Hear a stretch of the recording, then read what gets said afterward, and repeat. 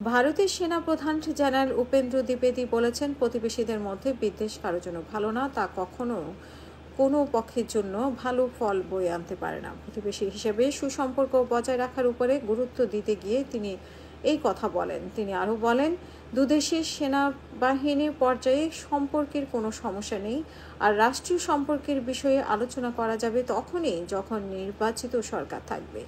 উল্লেখ্য, ছাত্র জনতার গণ অভ্যুত্থানের গত বছরের 5ই আগস্ট ক্ষমতাচ্যুত হন সাবেক প্রধানমন্ত্রী শেখ হাসিনা। ওই দিনে তিনি পালিয়ে যান ভারতে।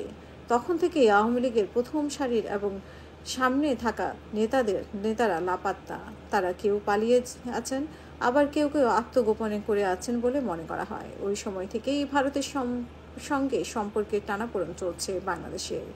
কারণ একজন পলাতক সাবেক প্রধানমন্ত্রী, যার নামে একাধিক মামলা রয়েছে, তাকে আশ্রয় দিয়েছে নয়াদিল্লি। এই বিষয়ে বাংলাদেশের অন্তর্বর্তীকালীন সরকারের ভালোভাবে নিচ্ছে না। সম্প্রতি বাংলাদেশের কয়েকটি সীমান্তে কাঁটাতারের বেড়া দেওয়ার চেষ্টা করছে ভারত, তা নিয়েও আরও উত্তেজনা দেখা দেয়।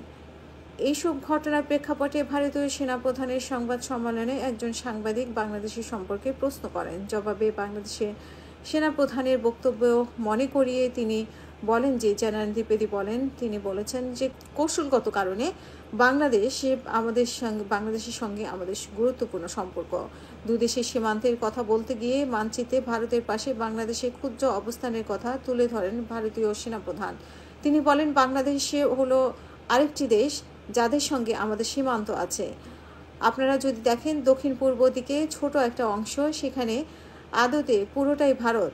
আমরা প্রতিবেশী, আমাদের একসঙ্গে থাকতে হবে, পরস্পরকে বুঝতে হবে। কোনো ধরনের বিদ্বেষ আমাদের কারো স্বার্থের জন্য ভালো না। দুই দেশের সেনাবাহিনীর মধ্যে কোনো সমস্যা নেই দাবি করে জেনারেল দ্বিবেদী বলেন, যখন পরিবর্তনটা হলো তখন থেকেই আমি বাংলাদেশের সেনাপ্রধানের সঙ্গে নিয়মিত যোগাযোগ রাখছি।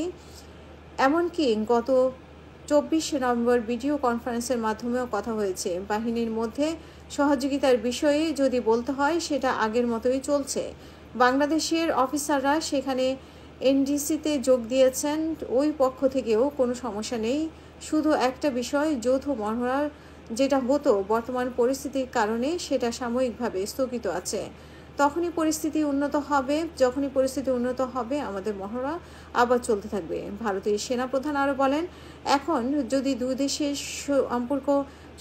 দেশের সম্পর্ক নিয়ে বলতে হয়, সম্পর্কের কথা আমরা তখনই বলতে পারি যখন একটি নির্বাচিত সরকার থাকবে। সেনা বাহিনী পর্যায়ে দুই দেশের সম্পর্ক ভালো এবং একদম ঠিক আছে।